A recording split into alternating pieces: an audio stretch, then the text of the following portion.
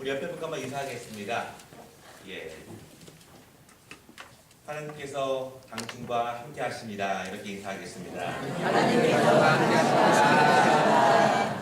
믿으십니까? 네. 예, 제가 오전 예배 때, 광고 때 오후 예배 참석에 대한 특별한 말씀을 드렸죠. 그렇죠? 그래서 꼭 기억하시고 또 이렇게 예배에 참석해 주셔서 감사드립니다. 같은 광고를 해도 그 광고가 마음속에 울림이 있는 분이 있고 또 울림이 없는 분도 계십니다.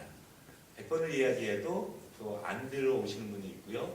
한 번을 가볍게 이야기해도 또 순종하시는 분이 있는데 저는 이렇게 생각합니다. 목회자의 말에 하나님의 말씀처럼 순종할 필요는 별로 없는데요. 또 우리가 때에 따라서 이렇게 중요하지 않으면 순종하는 것도 우리의 순종의 연습이 아닐까 생각됩니다. 예를 들어서 좀 일찍 오십시오. 또 뒤에 앉지 말고 위에 앉지 말고 좀 자리에 앉으십시오. 별거 아니지만 또 기본적인 것에도 우리가 함께 순종할 때 하나님께서 우리에게 은혜를 주신다고 생각합니다. 제가 이렇게 오전 예배 가운데 오후 예배 꼭 나오라는 광고는 별로 안 했지만 저도 이 말씀을 준비하면서 제 마음속에 이렇게 와 닿는 것이 있었습니다. 그래서 이 말씀을 우리 모든 성도들이 같이 준비했으면 좋겠는데 제가 아는 교수님께서 이렇게 표현하세요. 목사는 요리사와 같다.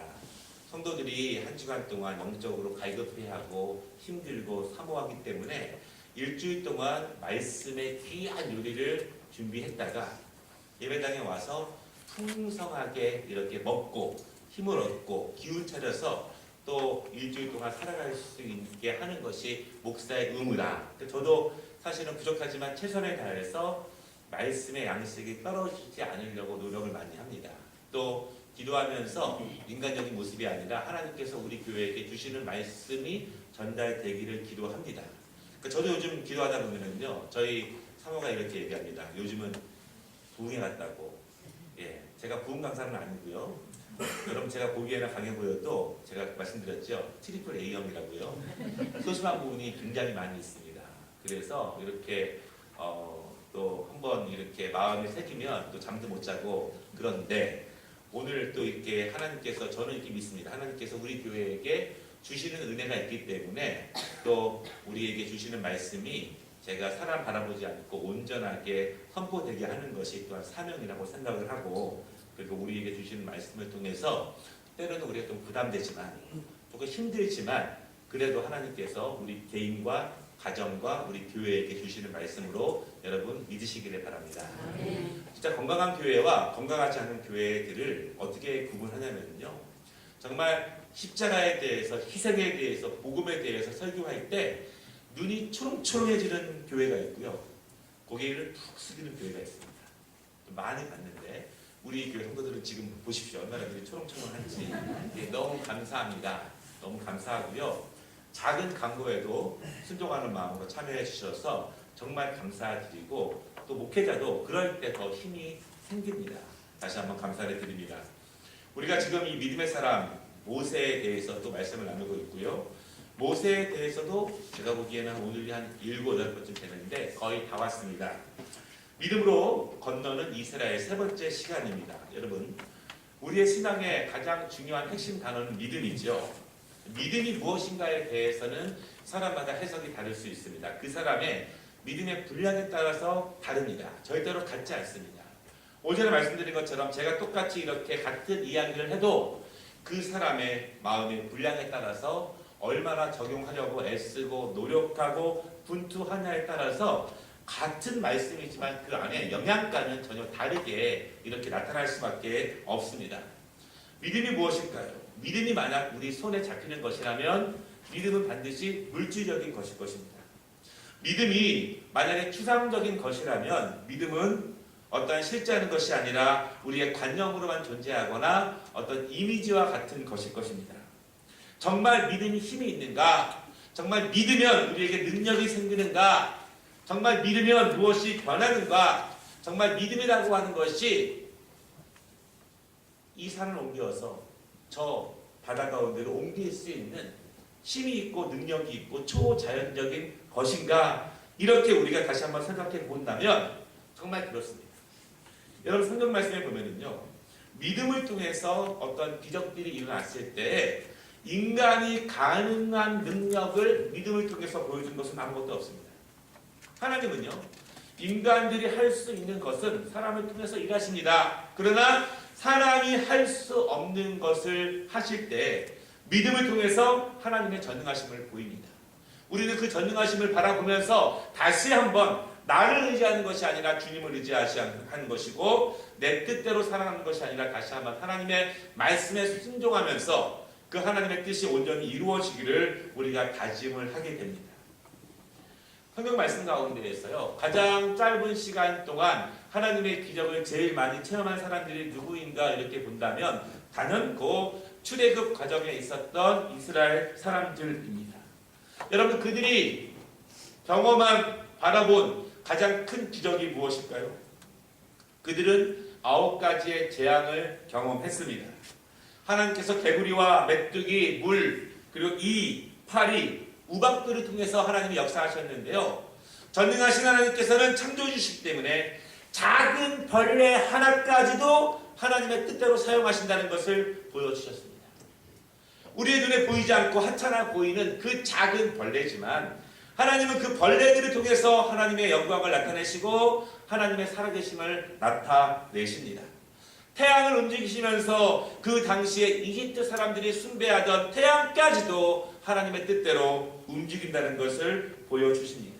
그리고 하나님께서는 10번째 재앙인 장자의 죽음을 통해서 인간의 모든 생사화복과 모든 인간들의 살아나는 것과 죽는 것, 부활하는 것과 소멸되는 것은 창조주 하나님의 뜻에 달려있다는 것을 하나님은 직접 보여주셨습니다.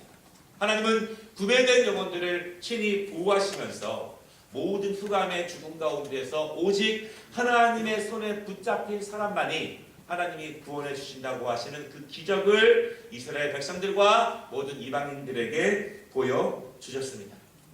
지금까지 이스라엘 백성들이 경험한 그 기적보다 더 강력하고 더 위대한 기적이 오늘 펼쳐지게 됩니다. 그것은 바다가 갈라지는 기적입니다. 여러분, 바다가 갈라진다는 것은요, 단순히 바다에 틈이 생기는 것을 말하지는 않습니다. 아주 강력한 바람이 불어와야 합니다. 그래서 순식간에 그 바람이 바다를 반으로 나누고요, 흘러오는 바다의 강력한 바람으로 양쪽을 다 크게 벽을 세워서 막게 됩니다. 그리고 그 강한 바람으로 순식간에 몇천 년 동안 젖어있던 그 바닥이 다 말라버립니다. 여러분, 얼마나 강력한 바람이 불어와야 그런 일이 벌어질까요? 그렇게 강력한 바람이 불어오는데 그 바다 곁에 섰던 이스라엘 백성들은 아무도 상하지 않게 된다는 그런 말씀입니다. 여러분, 바다라고 하는 것은요, 당시 2000년도, 3000년도, 4000년도 훨씬 넘는 그때 사람들에게 바다는 두려움의 대상이었습니다. 그들이 힘을 써서 작은 배를 만듭니다. 그리고 그 바다를 건너가는 것은 노를 젓거나 그리고 바람에 의지해서밖에 그 바다를 건너갈 수 없습니다. 수많은 사람들이 죽게 됩니다. 선정의 경험과 하늘의 별을 바라보면서 그 바다를 항해하던 시절에 바다는 죽음의 상징이었고, 정말 바다는 신과 같은 것이었고, 인간이 감히 어떻게 할 수 없는 것이 바다였습니다. 그런데 하나님께서 그 바다를 갈라지게 하십니다.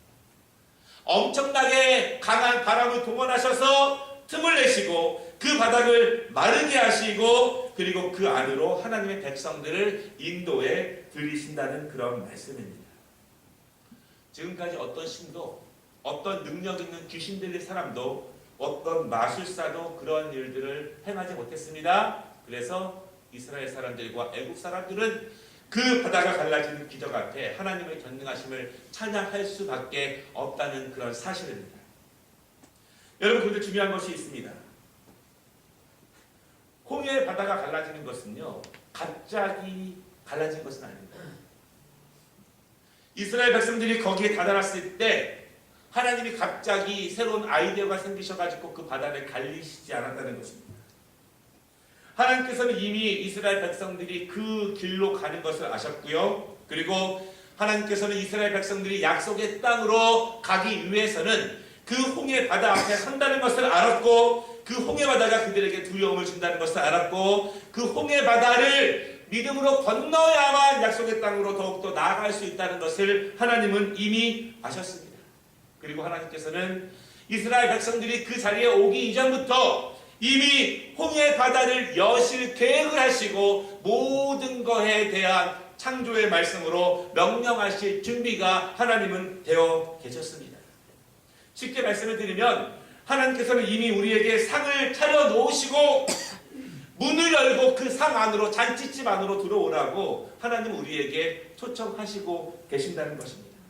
내가 가면 하나님이 문을 여시는 것이 아니라 하나님은 이미 준비해 놓으셨기 때문에 우리가 믿음으로 그것을 바라보고 우리의 마음 문을 열고 순종함으로 그 문을 열고 들어만 가면 이미 하나님께서 준비하신 그 아름다운 기적의 현장, 풍성의 현장에 우리가 들어가서 함께 누릴 수 있다는 사실을 여러분 믿으시기를 바랍니다. 우리가 기도하면 하나님이 그때 응답하시는 것이 아닙니다. 하나님이 이미 우리에게 필요한 것과 우리가 사모하는 것과 우리가 갈급하는 것을 압니다. 하나님은 이미 우리 교회에게 원하시는 사명을 하나님이 아십니다. 하나님이 이미 준비해 놓으셨습니다. 중요한 것은 내가 하나님의 그 초청에 이미 준비하시고 우리를 부르시는 그 초청에 내가 믿음으로 믿고 화답하고 응답하고 문을 열고 들어가느냐? 두렵지만 내 눈에는 보이지 않지만 내 생각에는 그렇지 않은 것처럼 보이지만 하나님의 말씀이기 때문에 그대로 이루어질 줄을 믿고 내가 그 문을 열고 하나님의 초청에 응답할 때 우리는 단순히 그 자리에 함께 앉는 것밖에 우리의 노력이 더 필요하지는 않는다는 그러한 말씀이십니다. 사랑하는 여러분, 저는 여러분의 삶을 다 모르죠. 그래서 안타까울 때가 많습니다. 여러분을 위해서 더 자세하게 기도해야 되지만 그러지 못할 때가 많이 있습니다. 여러분의 마음을 다 헤아려 드리지도 못합니다. 여러분들이 다른 의견이 있고 또한 마음의 아픔이 있다 할지라도 제가 어떻게 해드릴 수 있는 것이 별로 없다는 것이 너무나 안타깝고 죄송하기도 합니다. 그러나 다시 한번 기억하실 것은요. 하나님께서는 우리의 모든 삶을 아신다는 것을 여러분이 믿으시기 바랍니다. 여러분의 마음의 고통과 걱정과 근심과 그 가슴 아픈 것도 하나님은 아신다는 것을 여러분 믿으시기를 바랍니다. 우리에게 도전이 되고 우리에게 십자가가 되고 우리에게 순종을 요구하시는 것들이 있습니다. 그러나 중요한 것은 하나님께서는요. 우리에게 그 책임과 헌신과 십자가의 순종을 요구하실 때 하나님은 이미 우리에게 그 기적의 현장을 준비하시고 이미 예비하셨고 이미 우리가 그것이 필요하다는 것을 아시고 준비된 상태에서 우리를 부르신다는 사실을 여러분 믿으시기 바랍니다. 순종으로 우리를 부르시고요. 그 문을 열고 보이지 않는 그 세계로 나아가기를 하나님이 원하십니다. 이제는 우리 차례입니다. 우리가 그것을 믿고 그걸 믿음으로 받느냐 받지 못하느냐 그에 따라 우리가 그 하나님의 준비하신 것을 보고 우리가 그것을 차지할 수 있느냐 차지하지 못하느냐. 여러분 믿음에 따른 그 기적의 잔치 자리로 나아갈 때 반드시 두 가지의 반응이 오고요. 두 가지의 다른 모습이 있습니다. 하나님께서는 아름다운 기적의 그 자리를 준비하시고 우리를 부르시는데 때로는 한 사람들에게는요. 그것이 절망의 시간으로 다가오기도 합니다. 출애굽기 14장 23절에는요. 오늘 읽은 말씀에 대해서 말씀하고 있는데 우리 한번 다 같이 읽어보겠습니다. 애굽 사람들과 바로의 말들, 병거들과 그 마병들이 다 그 뒤를 쫓아 바다 가운데로 들어오는지라. 여러분, 하나님께서 예비하신 그 홍해 바다가 갈라지는 그 기적의 현장에 하나님의 사람만 있었던 것은 아닙니다. 애굽 사람들도 하나님이 펼쳐놓으신 그 믿음의 현장, 기적의 현장에 발을 들여 놓았습니다. 그러나 발을 들여 놓더라도 어떤 마음 자세와 어떠한 진정성과 어떠한 사모함과 어떠한 믿음을 가지고 그 안에 발을 들여 놓느냐는 천지의 차이입니다. 그들은 어떤 마음으로 그 안에 들어왔습니까? 그들은 하나님에 대한 증오와 격한 분노가 가득했습니다. 그것을 가지고 그 바다 안으로 들어왔습니다. 그들은 이스라엘 백성들을 죽이고 차지하고 소유하고 낮추려는 의도를 가지고 하나님이 준비하신 그 바다 안으로 들어왔다고 하는 것입니다. 똑같은 바다 안에 있고 똑같은 하나님의 초청에 응답을 하더라도 어떠한 마음을 가지고 하나님이 기쁘시게 하는 마음이라나 아니면 하나님께서 원하시지 않는 그 마음으로 나아오느냐, 그것이 분명한 차이를 드러내고 있습니다. 하나님이 저와 여러분도, 우리 교회도, 우리 가정도 기적의 장소로 초청을 하십니다. 우리가 어떤 마음으로 받을 것입니까? 순종과 헌신과 인내와 용서와 양보와 사랑으로 받을 것인가? 아니면 불순종과 의심과 분열과 시기와 질투와 비판과 불신앙으로 받을 것인가? 출애굽기 14장 24절과 25절 말씀을 같이 한번 읽어보겠습니다. 새벽에 여호와께서 불, 기름 가운데에서 애굽 군대를 보시고 그 군대를 어지럽게 하시며 그 병거 바퀴를 벗겨서 달리기에 금난하게 하시니 애굽 사람들이 가로되 이스라엘 앞에서 우리가 도망하자 여호와가 그들을 위하여 싸워 애굽 사람을 치는도다. 여러분, 오늘 본문의 제목이 믿음으로 그들은 홍해를 육지같이 건넜으나 한 부류는 이것을 시험하다가 바다에 빠져 죽었으며 이렇게 말씀하고 있습니다. 똑같은 바다를 건넜습니다. 똑같은 바다는 하나님께서 차려놓은 그 안으로, 그 장소로 같이 들어왔습니다. 그러나 그 바다에 들어오는 마음은 다릅니다. 한 부류는 살기 위해서 들어왔습니다. 그러나 보이지 않지만, 두렵지만 떨리지만 하나님의 말씀에 근거해서 믿음으로 그 바다 안에 들어왔습니다. 한 부류는 죽이기 위해서 그 안으로 들어왔습니다. 같이 들어와도 같은 장소에 있어도 하나님이 주시는 은혜의 풍성함은 다릅니다. 같은 자리에 있다 할지라도 하나님이 주시는 은혜의 혜택은 다르다는 것을 여러분 믿으시기를 바랍니다. 같은 말씀을 들어도 내가 그 말씀을 어떠한 믿음으로 받느냐, 어떠한 순종함으로 받느냐, 하나님이 내 마음에 분명히 감동 주시는 것이 있는데 그 감동함에 내가 어떻게 화답하느냐, 그 감동함에 내가 어떻게 순종하느냐에 따라서 우리는 받는 은혜의 혜택과 그 질과 양이 다르다는 것을 여러분 기억하시기를 바랍니다. 같은 예배를 드려도, 같이 기도의 자리에 있어도, 같이 봉사를 해도 다르다는 것입니다. 여러분, 제가 이 말씀을 보면서요, 제가 금요일날 이런 말씀 드렸죠. 책을 읽을 때 16세기, 17세기, 18세기 책을 많이 참조한다고 말씀드렸습니다. 저도 여기까지는 충분히 말씀을 이렇게 읽으면서, 거의 성경책 읽으면서 설교를 많이 준비하는데, 이 본문을 옛날 분들은 어떻게 준비했느냐라고 한번 찾아봤습니다. 그때 제가 아주 감동 있게 본 말씀이 있는데요. 한 250년 전에 신학자였던 멘튼이라고 하는 분이 이 말씀을 고린도전서 10장 1절과 2절 말씀에 비유해서 해석을 했습니다. 우리 한번 같이 읽어보겠습니다. 형제들아, 나는 너희가 알지 못하기를 원하지 아니하노니 우리 조상들은 다 구름 아래에 있고 바다 가운데로 지나며 모세에게 속하여 다 구름과 바다에서 세례를 받고. 아멘. 이 신학자가 이 말씀의 기준에서 바다에 들어가는 것을 세례로 비유합니다. 여러분, 세례가 무엇이냐면 세례는 중생이고 거듭나는 것입니다. 나는 죽었습니다. 나의 옛사람, 나의 모습은 죽었습니다. 이제 그리스도 안에서 나는 새로운 피조물이 되었습니다. 이제 나의 주인은 예수 그리스도시요, 나는 그분 뜻대로 살겠습니다. 이것이 세례입니다. 하나님의 백성이 되는 것입니다. 바다는 죽음의 상징입니다.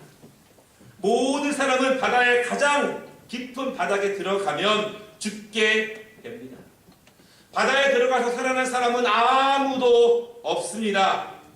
모든 사람은 그 가장 바다의 깊은 곳에 들어가면은 죽게 되고, 사실은 이스라엘 백성들도 죽은 것입니다. 그러나 하나님께서는 그 바다를 가르시어 이스라엘 백성들을 꺼내 주셔서 그들을 살리신 것입니다. 완전히 죽을 수밖에 없는 그들을 살려주셔서 부활의 기쁨을 맛보게 해주신 것이 바로 이 홍해의 기적입니다.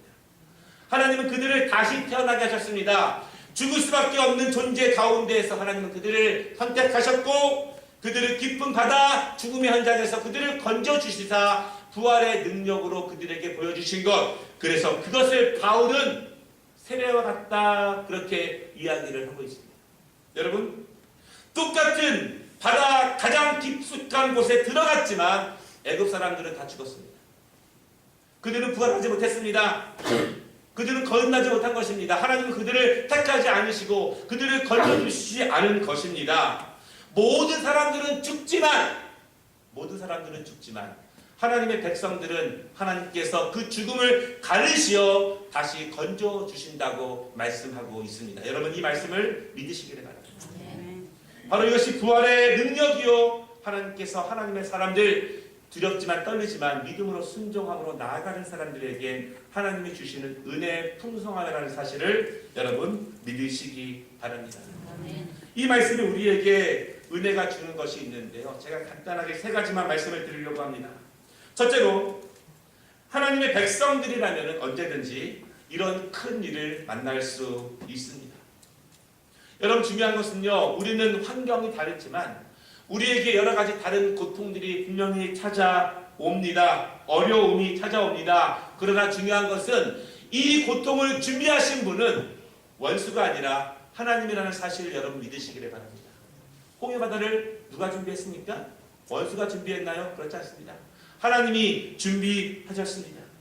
하나님은 하나님의 큰 섭리 가운데서 우리를 더욱더 강건하게 나아가시기 위해서 우리를 고통 앞에 세우십니다. 그리고 우리에게 말씀하십니다. 우리의 믿음을 보십니다. 우리의 갈급함을 보시고 우리의 진정성을 보시고 우리의 사모함을 하나님께서 보신다는 이야기입니다.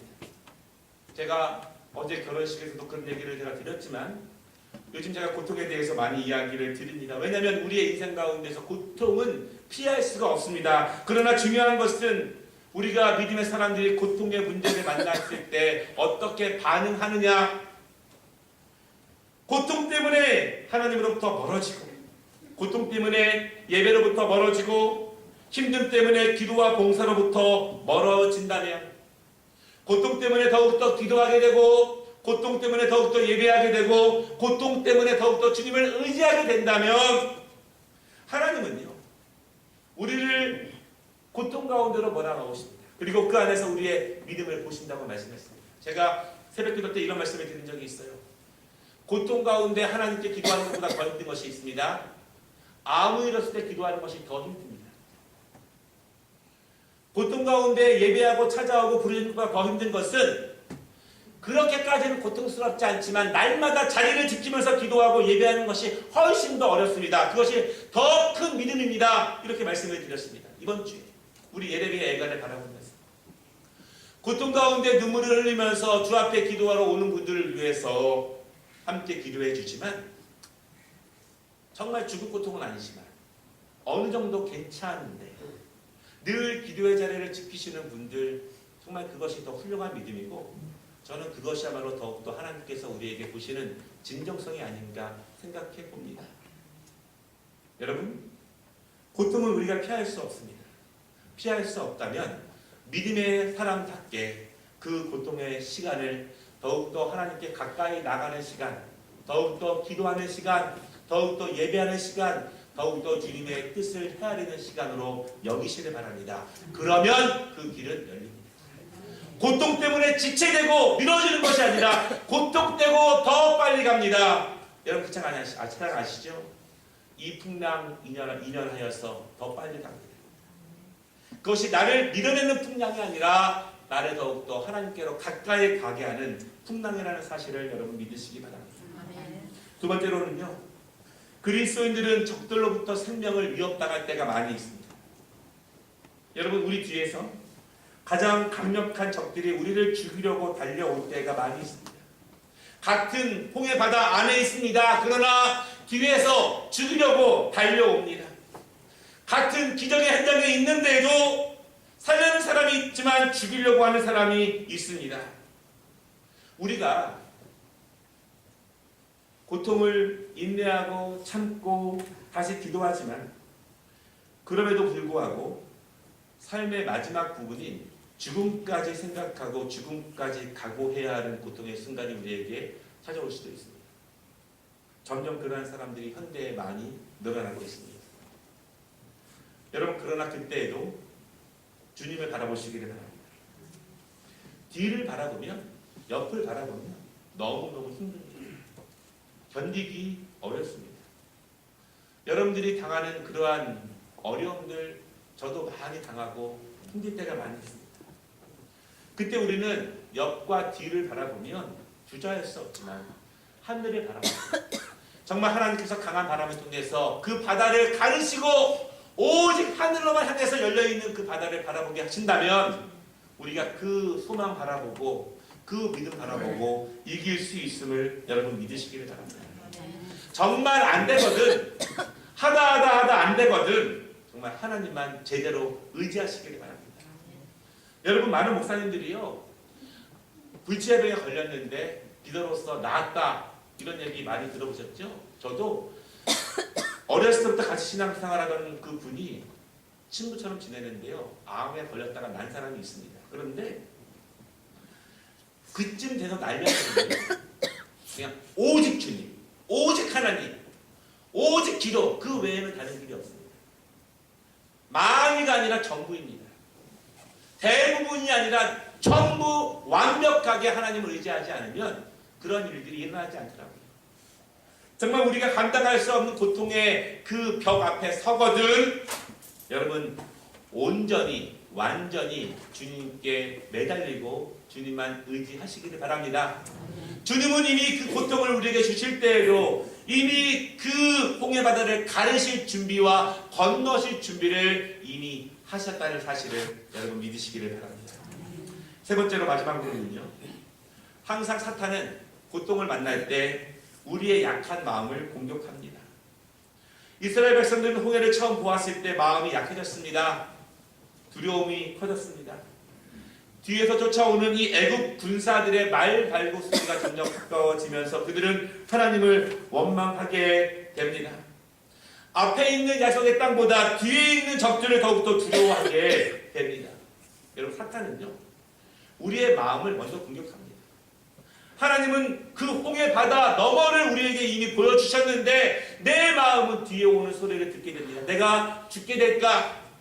내가 여기서 마치게 될까? 우리는 걱정을 하고 근심을 하게 됩니다.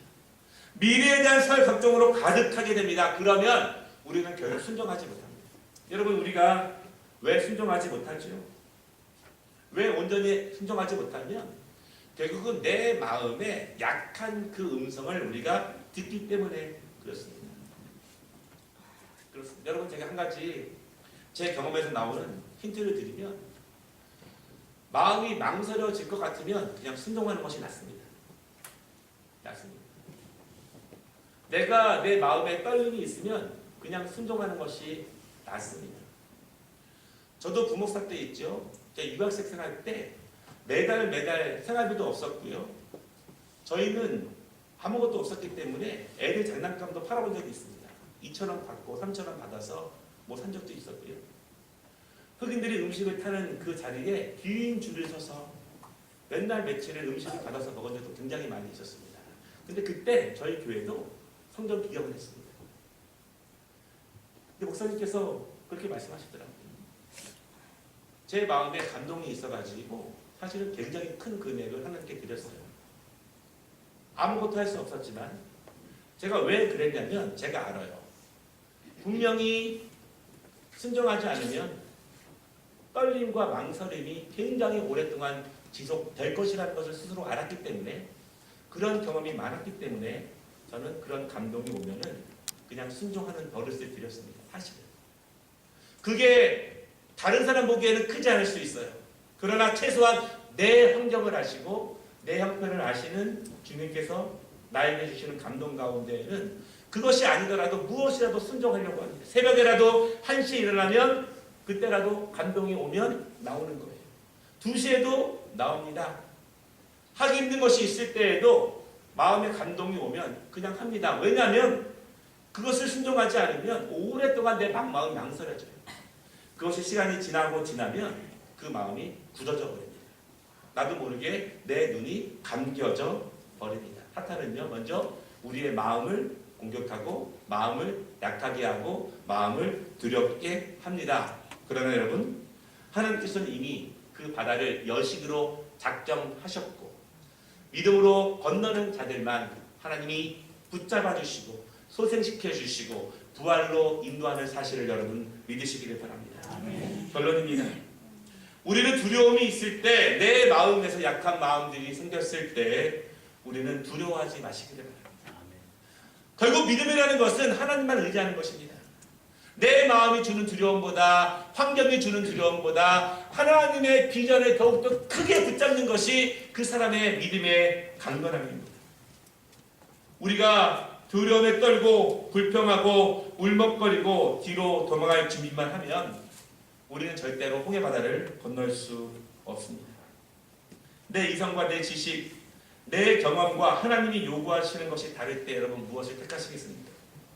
내 환경과 내 처지와 다른 순종과 믿음을 요구하실 때 우리는 무엇을 선택하시겠습니까? 바라기는 여러분, 홍해는 믿음 외에는 건너갈 재간이 없습니다. 홍해를 건너기 위해서 배를 만들지 마십시오. 홍해를 건너기 위해서 삥 돌아갈 생각도 하지 마십시오. 홍해 앞에 두렵고 떨린다고 해서 다시 애굽에 가서 노예 생활을 할 생각은 더더욱 하지 마시기를 바랍니다. 하나님은 이미 바람을 준비시키셨고 바다를 갈라놓으실 준비를 마치셨습니다. 중요한 것은 내 반응입니다. 내가 믿음으로 보고 전능하신 창조주 하나님을 믿고 발을 내디딜 때 그 바다는 열립니다. 우리는 부활로서 승리할 것입니다. 이 은혜가 우리 모두에게 임하기를 주님의 이름으로 축원합니다.